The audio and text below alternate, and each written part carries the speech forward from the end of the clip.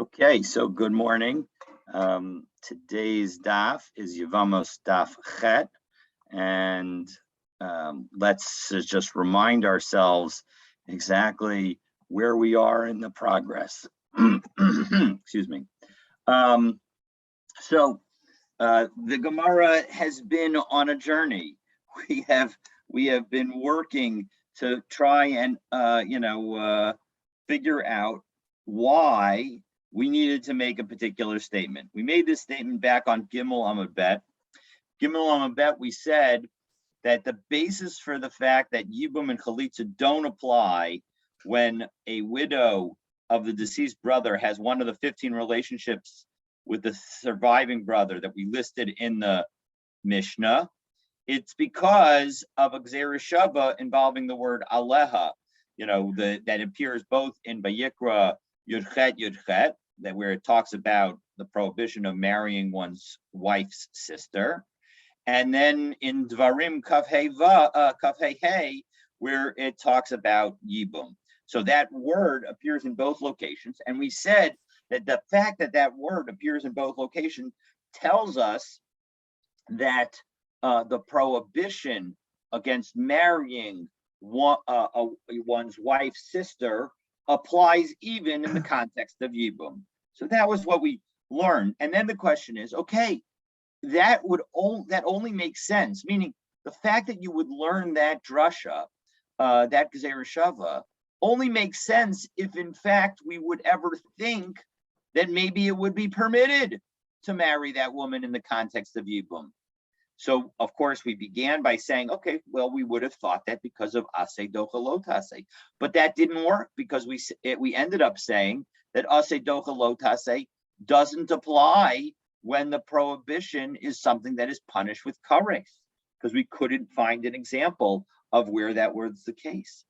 And so, where are we? So now, so we've tried a number of efforts, and at the moment, we're in the middle of using an analogy, what we called a mamatzinu, in order to highlight that once we had a prohibition and it's permitted in one context, we'll permit it in another context. And the example of that situation where we say, since it's permitted, what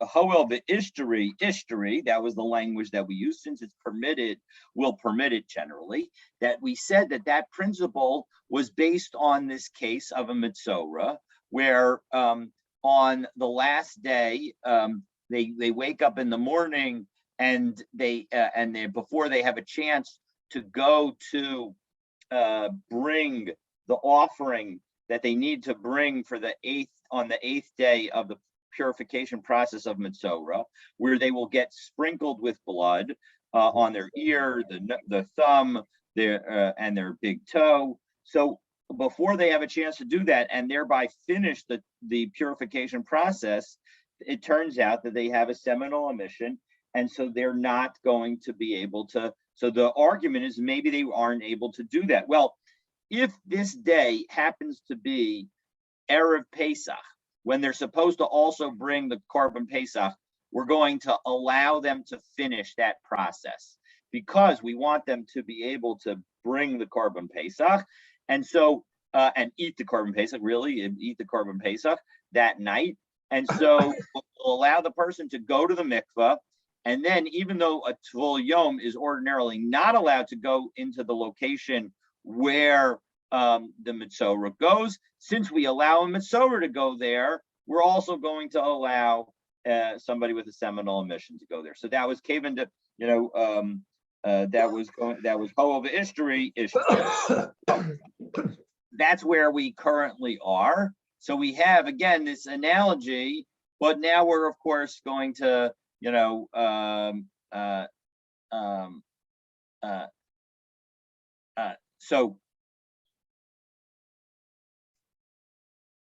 so as a result, using that analogy for our case of Yibum, right? We would have thought that since Yibum allows marriage between a brother and his sister-in-law, which is generally permitted, it would also permit, Yibum would also permit other arayat relationships. So, all the 15 relationships that are in our Mishnah. And so that's why we needed the Gzera Shava of Allah to tell you that the relationships in our Mishnah are in fact not permitted, and that therefore Yibum and Chalitza don't apply. So at the moment, everything is wonderful. But now we're going to say that it's not really completely comparable, okay? And the reason that it's not completely comparable is because when somebody, and we'll do it outside first, when somebody wakes up after being a mitzorah, and now they have fully purified themselves, and except for the fact that they have to bring the offering and have the bloods put on them, so that is at that moment they are permitted to enter the necessary space. So when they wake up in the morning, they are permitted. They just didn't have a chance to go to the Beit HaMikdash to do the process. So there was a moment when everything was permitted. However, in our case, where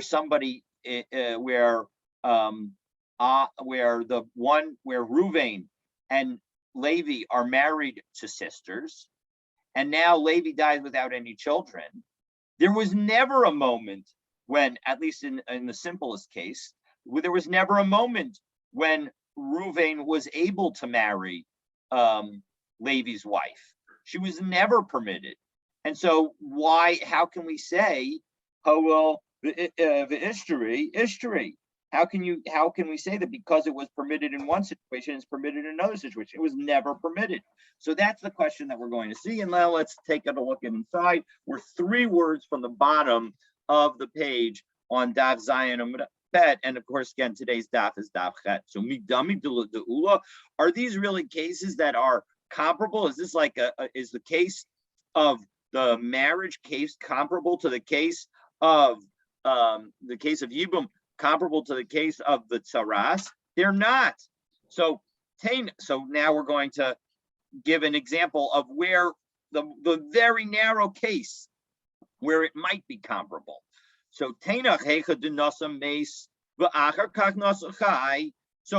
okay, maybe if the brother who dies, again, Levi's the brother who's going to die without children. So if Levi married, and we'll say, again, we'll do Rachel and Leah are the sisters. So Levi marries Leah, and Reuven marries Rachel.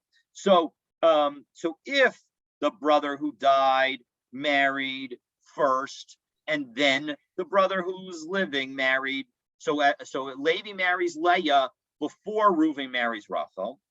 Well, then Demigu de Ishtri Isser Eishes Ach Ishtri Nami Isser Achos of Isha. Well, in that case, it makes some sense, because when Levi married Leah, if he had died at that moment, well, then it was before Reuven married Rachel. And so as a result, he would be allowed to marry Leah, because there was no prohibition of a sister. The only prohibition is your brother's wife.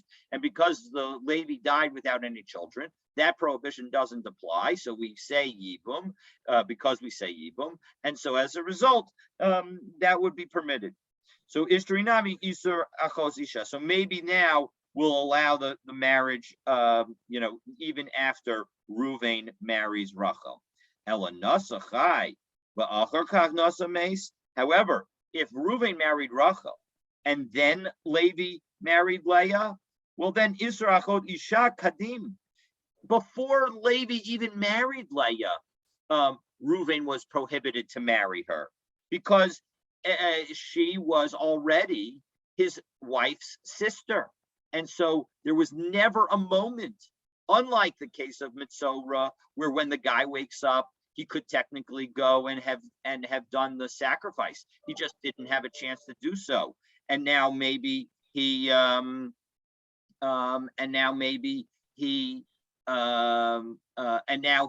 a seminal emission, And so since he would have been permitted, had he had a chance to go before the seminal emission, we'll allow him to go now even after the seminal emission. However, when it comes to the brothers, if the living brother married Leah, if Reuven married Rachel before Levi married Leah, well then Leah was already prohibited. There was never a moment when Leah was permitted to marry Reuven. So as a and there was a possibility of Yibum, but afilu, and moreover, right? So Ela Nasa Chai V'Akar Nasa Meis Isur Achos Isha Kadim, right? The wife's sister's prohibition was applied first. V'afilu Nasa Meis Nami, and even if the even if Levi married Leah before Reuven married Rachel, so obviously before Reuven married Rachel, then that would have been an okay moment. But there was never a moment of Yibum that where it was permitted. So Tena Chacha de Nasa Meis Umeis Va'achar Kach Nasa Chai. Okay, so even in that case where Levi married Leah before Reuven married Rachel, you need to have Levi to have died so that Yibum was a requirement, and now Yibum would have been permitted, except what did Reuven go ahead and do? He married Rachel, and so since Reuven went and married Leah's sister Rachel, so now he can no longer marry Leah, and so as a result, but there we'll say, so maybe in that situation we'll say, Kavan de Ishtara, Hawal de Ishtari, since we've permitted it was permitted for him to marry Leah before he married Rachel, so we'll allow him to marry Leah even after he married Rachel. So that would be a fully analogous situation. But Ela Nasa Mace, the low mace. But if the brother who died, namely Levi, marries his wife, and before he dies, before he dies, the brother Reuven marries Rachel. Lo ichazei like klal. It was the widow, the lady's widow, was never, namely Leah, was never able to marry Reuven. So Milo Modi Ula. So shouldn't Ula agree that in that situation, Shimra Keri Balel Shmi, for example, if in fact the person saw the seminal emission not during the daytime, but during the nighttime beforehand, She'ein Machnis Yadav Levahonos, then he would not be allowed to put his hands in the courtyard. Shelo Yatza B'Shah Shehi Ru'uya Lahavi B'Karban, because he was never fit to bring a korban. So he was never able to go in. So we have now rejected the mamatzino. So again, we are stuck with why do we have this Gzeira Shava with respect to Aleha? We don't need it because nobody would ever have thought that you could marry any of these 15 relationships that we say in our Mishnah.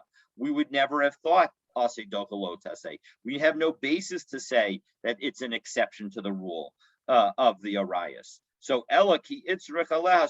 So when do we need aleha? Heki de nasa meis umeis va'achar kach nasa chai.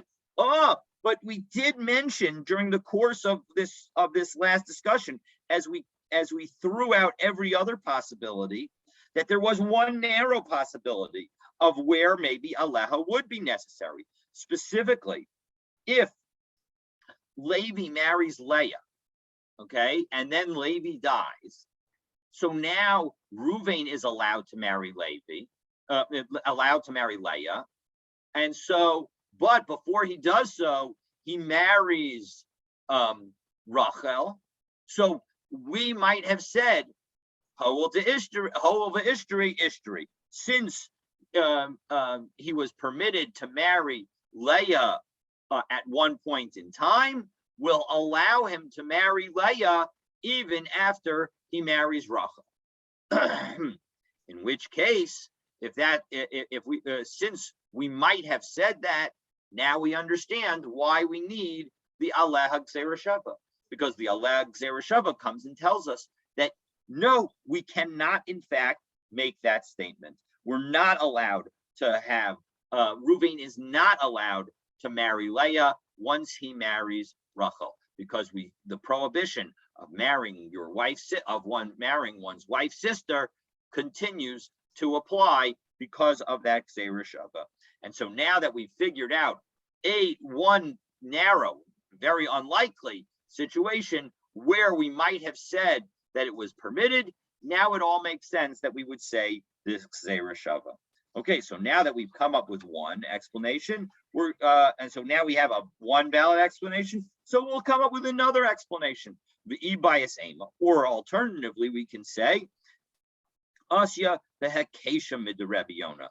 No, we can use a hekesh. So a hekesh is very similar to a mamatzinu. A mamatzinu is an analogy. A hekesh is a connection that is based on language that basically uses similar principles. However, the very important difference between a mamatzinu and a hekesh is that when we had the mamatzinu, we had to deal with this concept of one prohibition versus two prohibitions, and that we couldn't, we needed to use this concept of the ishtori, because otherwise we might have said the following. We might have said that our analogy is faulty, because although Yibum permits one to marry one's brother's wife, which ordinarily is prohibited, that involves only one prohibition, namely marrying your brother's wife. But where the brother marries one of the 15 relationships that are detailed in the Mishnah, well, now there are two prohibitions that are involved. One, of course, is marrying one's brother's wife, but the other one is the prohibition of marrying the person who has one of those 15 relationships, whether it's daughter or your wife's sister. Those are the two easiest ones to reference. So the point is that those involve two prohibitions. But if you have, and so as a result, the mamatzinu needed to also rely on this concept of hol v'ishtari.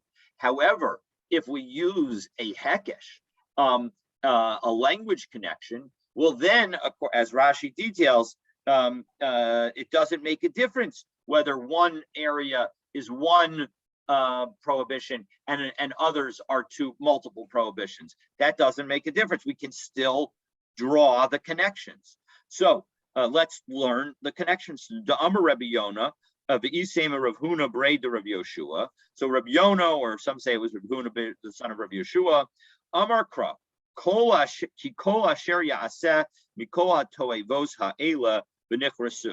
That if anyone commits any of these abominations, they're going to be cut off. Okay, so hukshu kol ha'arayos kulan la'eshes ach. So all of the arayos have now been connected to the marrying of one's brother's wife. So ma eshes ach sharya af kol arayos shnami sharyan. So I would have said that just as marrying a brother's wife is permitted as a result of Yibum, so too all the other arayos are permitted as a result of Yibum. So kasav rachmana aleha. So that is why the Torah needed to use the Gezeira Shava of aleha.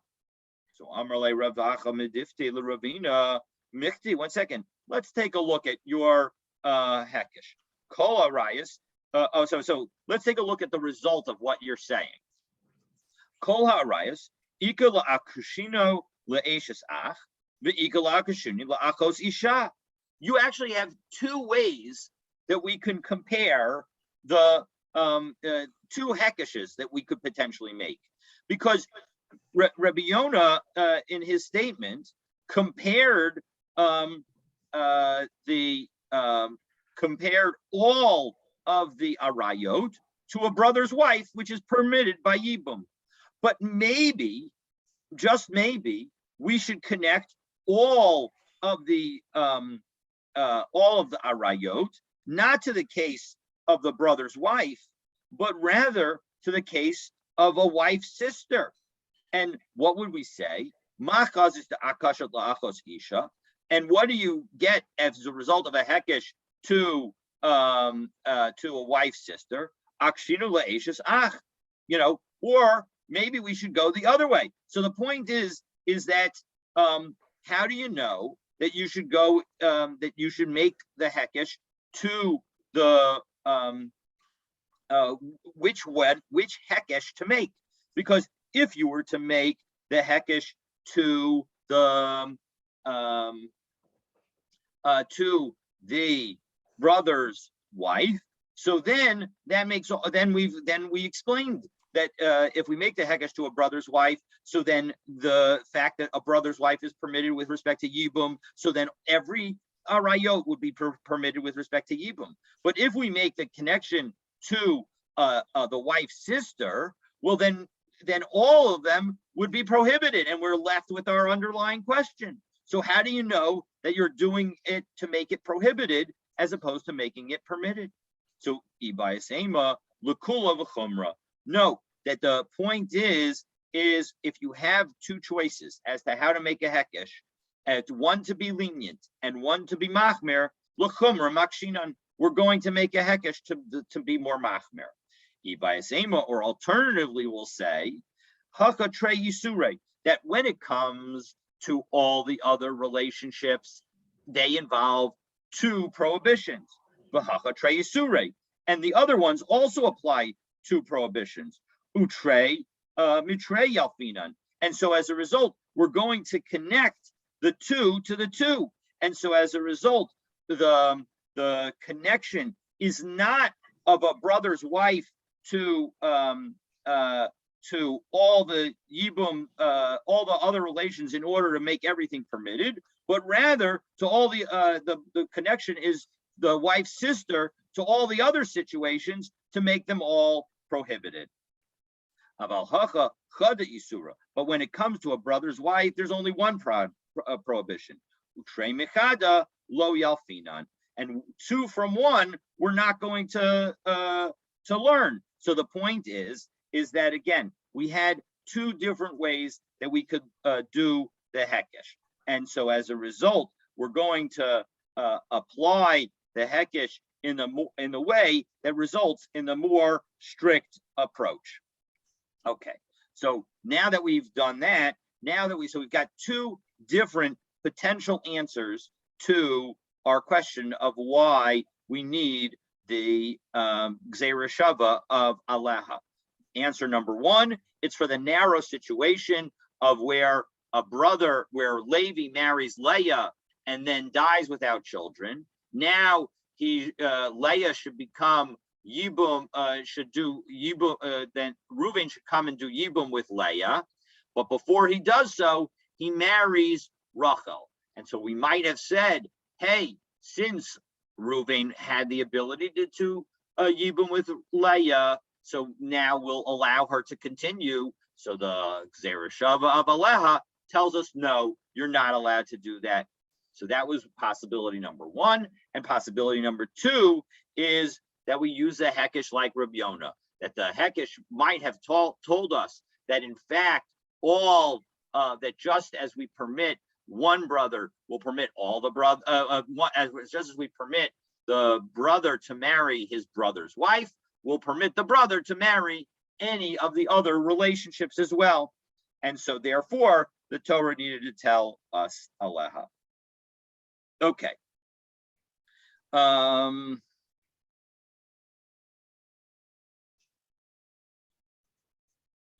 Okay. So now,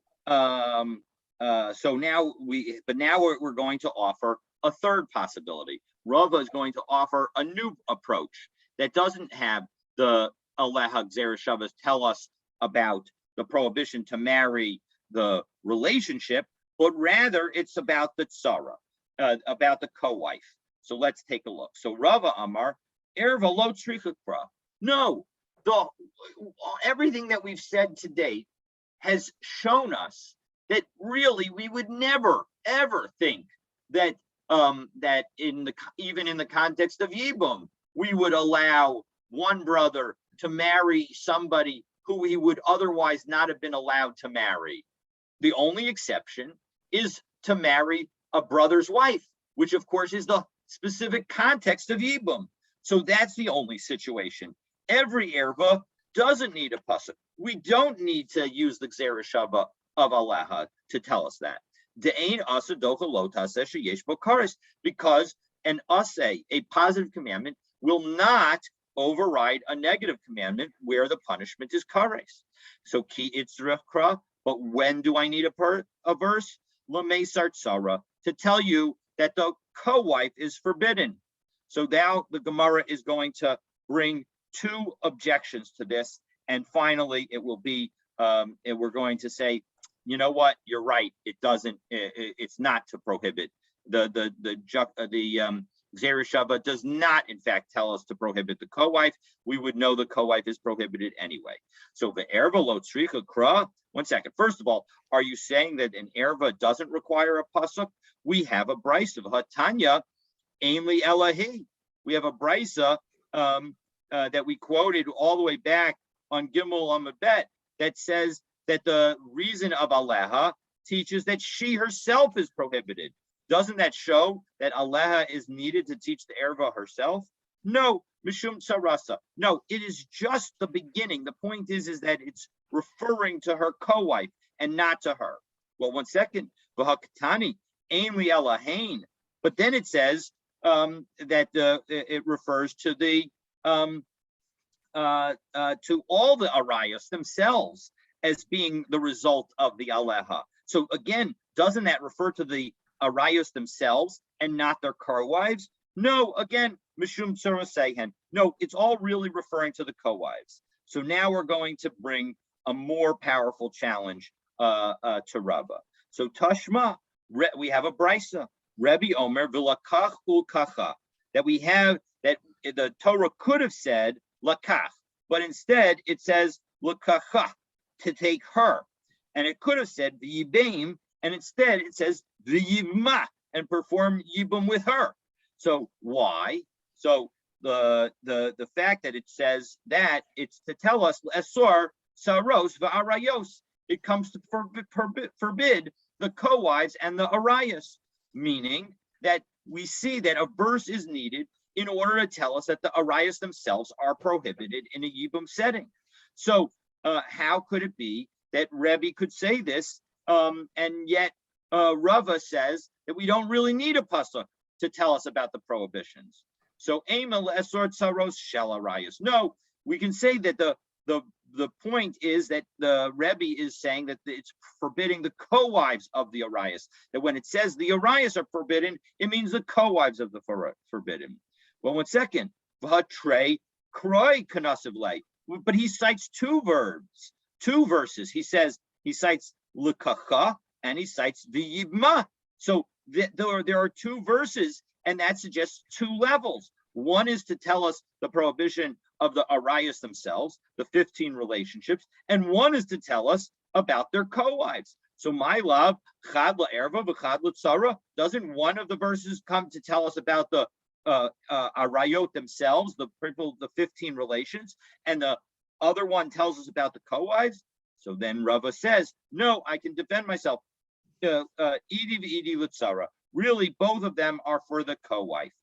Chad l'meser tzara b'makom mitzvah, v'chad l'mishrei tzara shelo b'makom mitzvah. So one pasuk of l'kacha is to tell us about prohibiting the co-wife in the context of yibum, and one is to tell us to permit the co-wife outside the context of yibum. Meaning, right, if Reuven's daughter Dinah marries Shmuel, with whom Reuven has no relationship, well then, if Shmuel is also married to Sarah, Reuven has the ability to marry Sarah if Shimon and Sarah get divorced.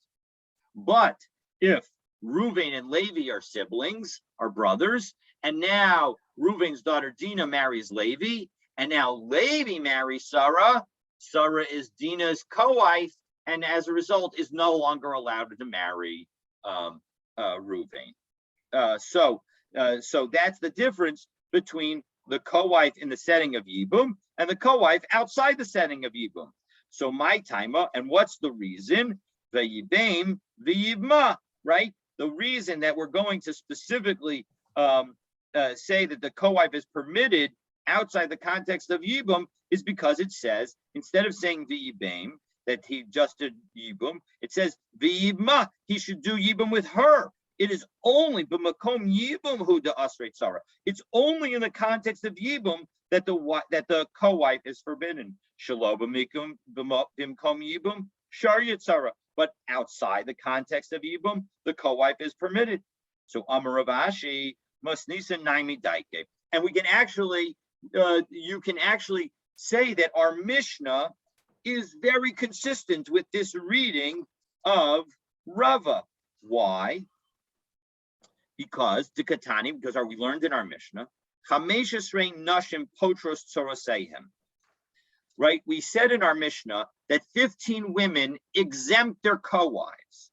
The point is that the ilu peturos ufotros lo katani. Right? It doesn't teach us that they themselves are exempt and they also exempt their co-wives. It doesn't say peturos upotros. It doesn't say that they're patur and they exempt.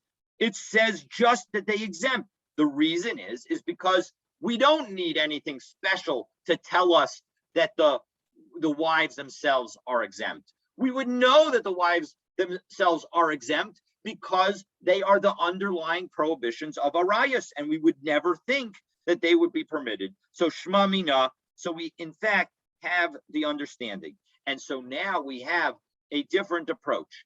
And the approach is that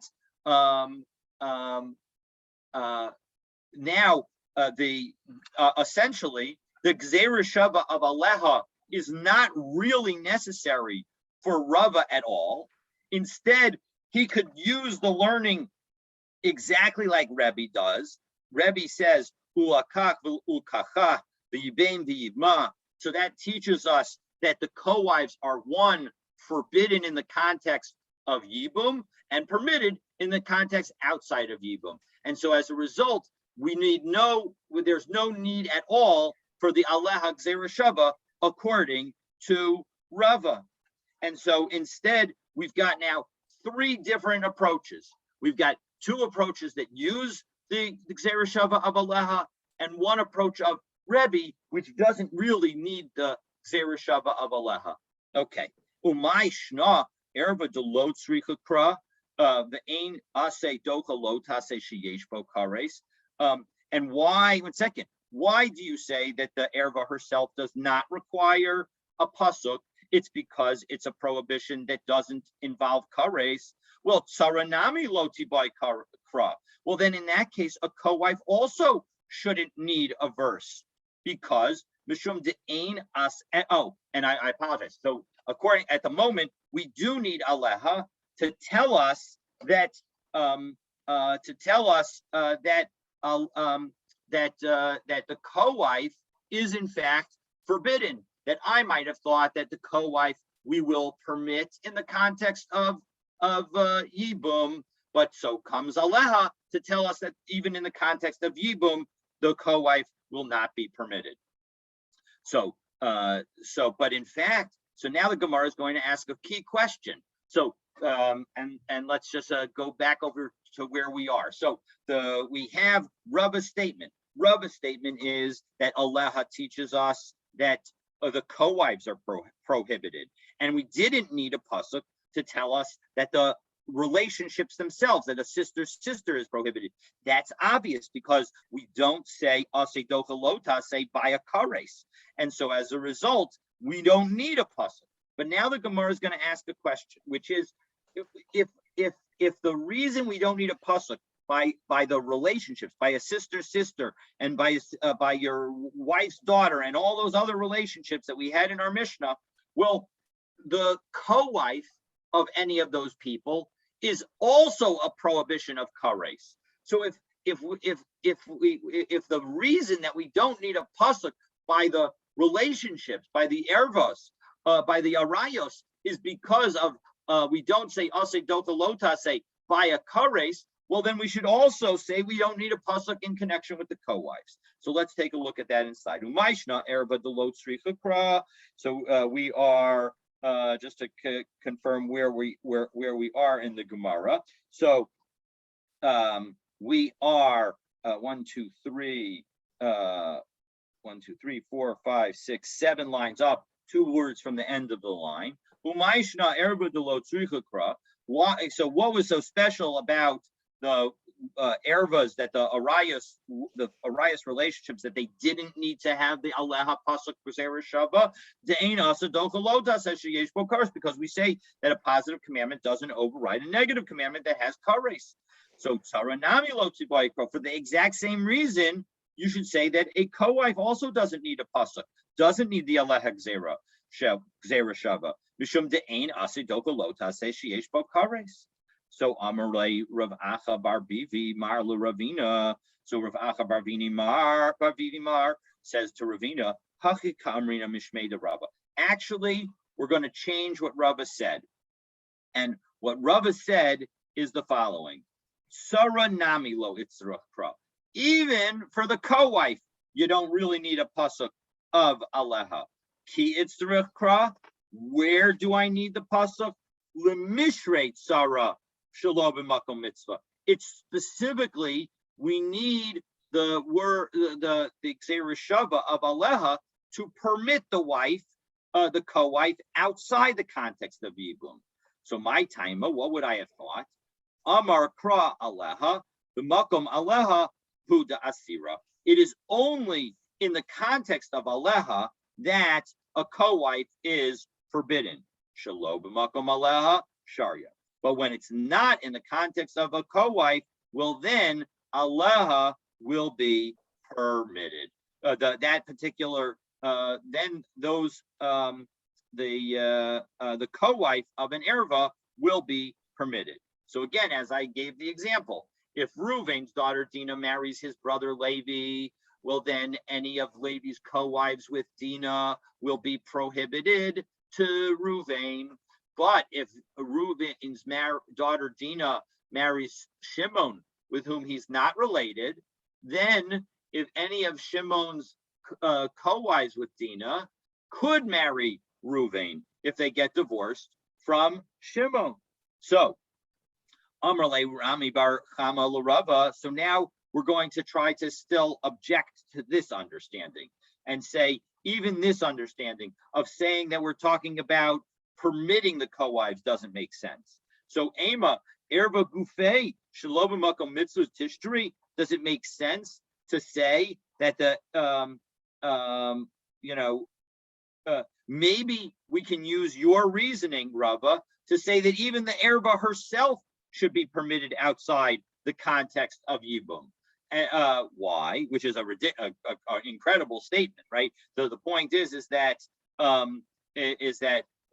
we'd say that the erva is only prohibited in the context of Yibum and not outside the context of Yibum. So when can you not marry your sister's sister? Only when your brother married her. But if your brother didn't marry her, maybe you would be allowed to. And we can maybe make a kal v'chomer like the following. B'makom mitzvah asira. In the context of a mitzvah, the erva is prohibited. Shelo b'makom mitzvah sharia. But when it's not in the context of a mitzvah, she's permitted, right? So maybe that's what we should say. So Rami Bar Chama explained. I'm sorry. That was a rhetorical question that Rava was saying. It's a kal v'chomer. I apologize. So again, let's do the question again. So my apologies.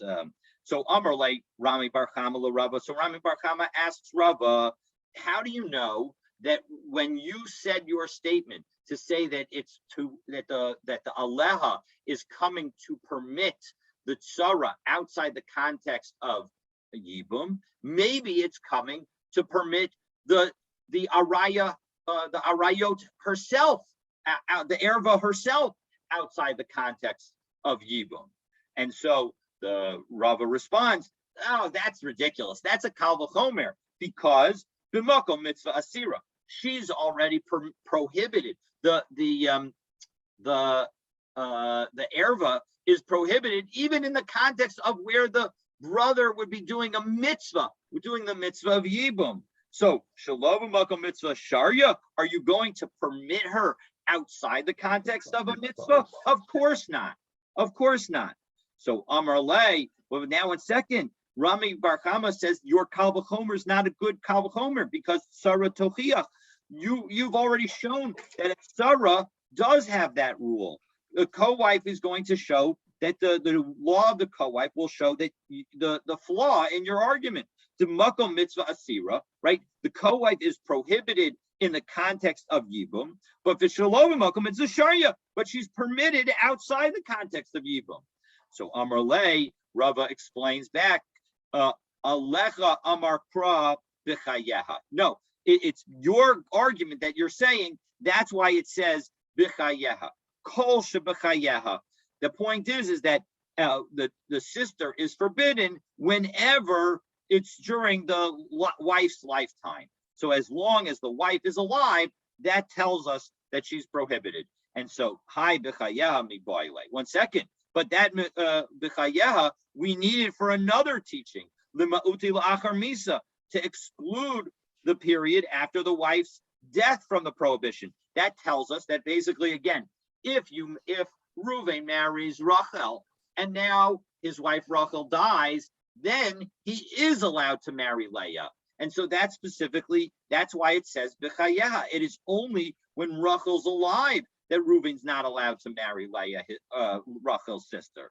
So, good point, Rava says, and Hahime v'isha el achosanafka. No, that the exclusion of the, we're going to, no, you're not correct, Rami Bar Chama. It is not from Chayeha that we learn that a wife is prohibited to marry her sister after, while she's alive. It is isha el achosanafka.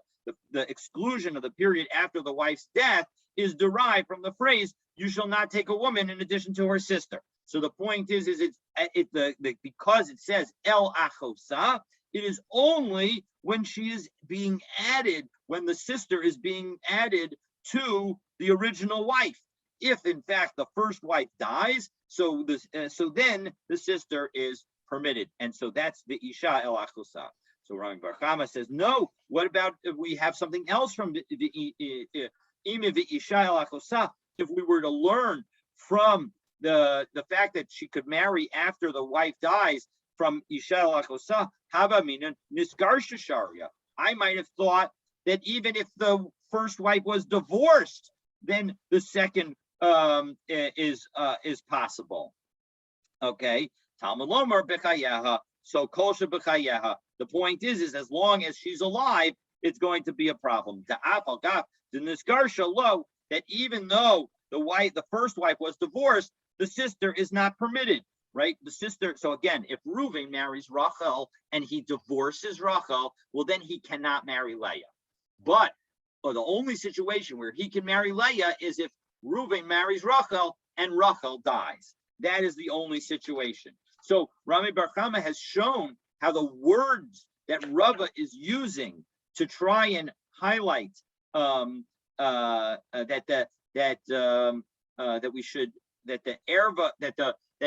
the lesson should only be about the co-wife and not about the erva herself is not a valid teaching. So Ella Rav Huna Bar Tachlifa Mishmei de Rava. So we're going to Rav Huna is going to say in the name of Rava that now we're going to have an answer. Trey Kroy Ksiva. We actually have two verses that are going to help us here. Ksiv Isha El Achosa Lo Tikach L'Tzror. We have the pasuk that says a woman's not allowed to take a man's not allowed to take his wife's sister to make them rival wives.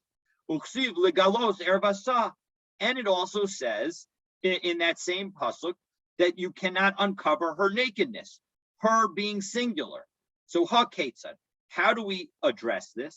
So b'makom mitzvah shtein asuros. So when it comes to marrying either a wife's sister or her co-wife, in the context of Yibum, well, then both of them are forbidden.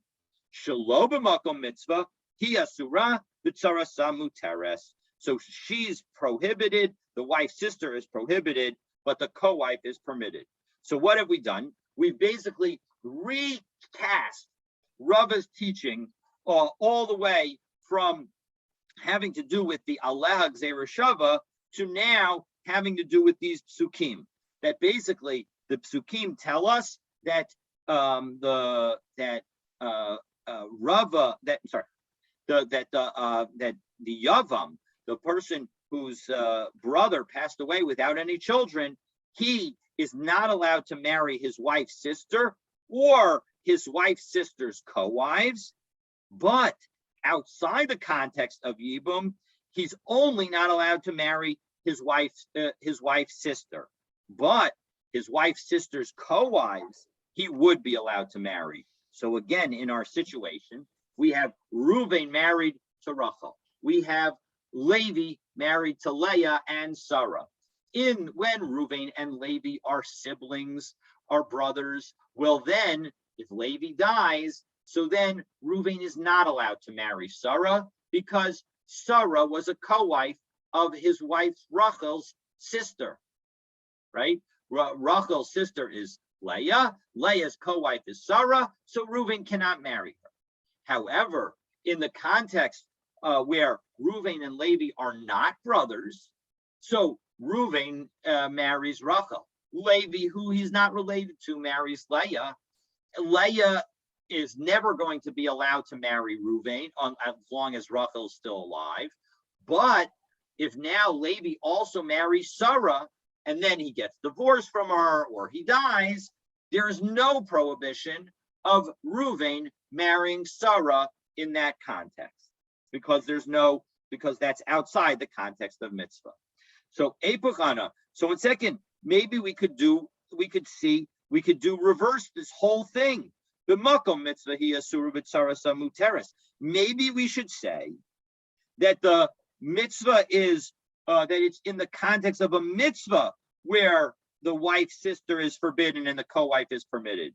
The shalom b'makom mitzvah shtein asuros, and where the outs and it's specifically not in the context of a mitzvah that we should say that the co-wife is forbidden. And indeed, there's some sense to that, right? Because I might have thought that we should be more lenient about who somebody could marry in the context of a mitzvah. Just as we say, I'll say dokalota, say, maybe we'll say, be more lenient. If you have a choice as to which way to go, be more lenient in the context of a mitzvah rather than in the context of no mitzvah.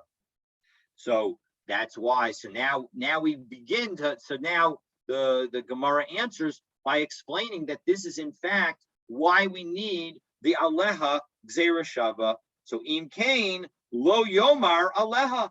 That's why the pasuk needs to say Aleha, meaning if the Torah had not written Aleha, then we would have reasoned on our own that that in the Yibum setting the co-wife is permitted, and outside the Yibum setting that she's forbidden, because it's more reasonable to be lenient when there's a mitzvah. But the word Aleha was included. It must have been to teach us that it was something that we wouldn't have come out with on our own, and namely to teach us that the co-wife is forbidden only in the circumstances of Yibum, but permitted everywhere else. And that's exactly the point that Rashi makes on this phrase. So Amar Le Rav Ashi Rav Kahana. Rav Ashi now asks Rav Kahana, Mimai Dahai Aleha Isura. Okay, so what you've just said is that the Aleha is coming to tell us that something is prohibited. How do you know that? Maybe Dilma Lehatera. Maybe we should say that it is coming to permit co-wives and permit the setting and to be lenient. And this is what the Torah is telling us. Isha el achosa lo sikach letzror, that a man's not allowed to take his wife's sister to make them rival wives. Lo hi v'lo tzarasa. He's not allowed to take his wife's sister, and he's not allowed to take his wife's co-wife. Shelo b'makom aleha. That's outside the context of aleha, meaning outside the context of yibum. Aval b'makom aleha shtein mutaros. Maybe the point is to say that in the context of aleha, both the co-wife and the wife's sister are both permitted, and that's what the Gzera Shava is supposed to teach us.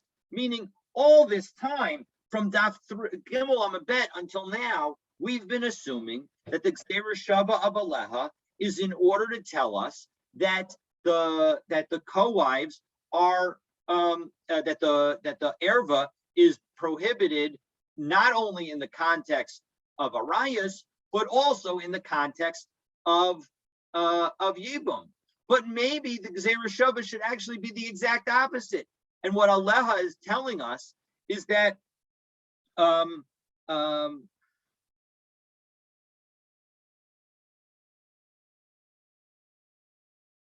what aleha is telling us is that in the context of yibum, we're supposed to take either of them. That is that the reason that we have aleha in both the pasuk that permits yibum and in the pasuk that prohibits sisters of your wife's sister, that prohibits your wife's sister, is in order to tell you that the prohibition of your wife's sister specifically doesn't apply in the context of yibum. So Im Kain, Rav Kahana responds, Legalos erva dechada hechi mishkachasla. 1 second, we noted that the pasuk that talks about taking your wife's sister says Legalos ervasa, to uncover her nakedness. And her nakedness is singular. So there needs to be a situation where one is prohibited and one is permitted, where specifically the one of the co-wife or the erva is prohibited and the other one is permitted. So even makom mitzvah shtei mutaros, and if you say that both of them are permitted in the context of yibum, isha lo makom mitzvah shtei asuras, and if you're going to say that both of them are prohibited outside the context of forbidden, so then we don't have either in either context. We're not going to have one where it's permitted and one where it's prohibited. So as a result, it's got to be that in the context of yibum, both are prohibited, and outside the context of yibum, one is permitted, namely the co-wife, but the wife's sister is still forbidden. So now we're going to, all right, so now that we've dealt with that, we're going to pause and look at that brisa that we cited a little while ago of Rebbe and analyze that brisa. So Gufa, Rebbe Amar, v'lakach u'kacha, right, that you should take, and that it doesn't say, the Torah does not say take, but rather it says take her. And v'yibim v'yibma, doesn't say perform yibum, it says perform yibum with her. And why? Lasor tsaros v'arayos. It comes to tell us that not only the fact that we had both of these, each of them comes to tell us a prohibition. It tells us a prohibition of co-wives and the arayot and the relationship in that both of them are prohibited when a person is supposed to do yibum. So midi tsaros ksiva hacha. 1 second. How do you get anything about co-wives in this context? The verse that he's citing, that Rebbe is citing, doesn't mention anything about co-wives. V'od tsaros litzror nafka. And in addition, as we said back on Gimel Amabet, that the prohibition of co-wives, we learn that from the fact that the pasuk says litzror, right? It's the pasuk that prohibits marrying your wife's sister uses the words litzror, and it really didn't need to. So as a result, we say that even the co-wives are prohibited. And indeed, we remembering back there, then it didn't say even sarah, litzara, it says litzror. The double resh tells us that it's co-wives of co-wives. So litzror, mapik leila k'de Rabbi Shimon. So Rebbe doesn't learn the drasha that we learned back on Gimel Amabet. He uses litzror for a different purpose, specifically the purpose of Rabbi Shimon. Specifically, Rabbi Shimon, although we're not going to say it here, Rabbi Shimon, down below on Kafchet Amabet, he he teaches the following. That on Kafchet Amabet, he says that that when you have two brothers marrying sisters and they die without children, both of them die without children, the third brother doesn't even need to perform Yibum, because the two sisters would result in becoming co-wives to him, right? If he ended up doing Yibum with both of them, they would both be co-wives, and we're not allowed to have that situation.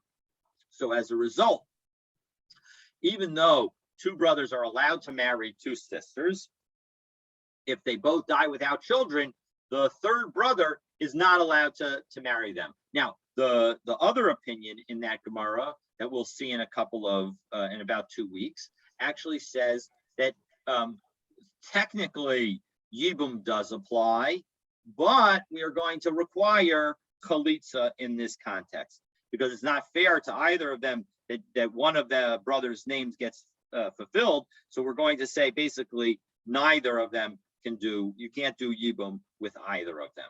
So, okay, so now, so that's why Rebbe doesn't use the word sror to teach us about the prohibition of co-wives. But we still haven't understood how he does learn the reference to co-wives. So tzara hachaksiv, but 1 second, was anything said about co-wives in the context of the verse in Dvarim that talks about permitting Yibum? No, there was no reference to a co-wife in that context. So hachikamer. But this is how Rebbe derives the prohibition of a co-wife. Im kain, if in fact it's only to tell us about the mitzvah of Yibum and doesn't tell us anything extra, lema krav lakach. The pasuk should just say lakach. My ulakacha. Why does it say specifically take her? So kohecha deika trei lukuchen.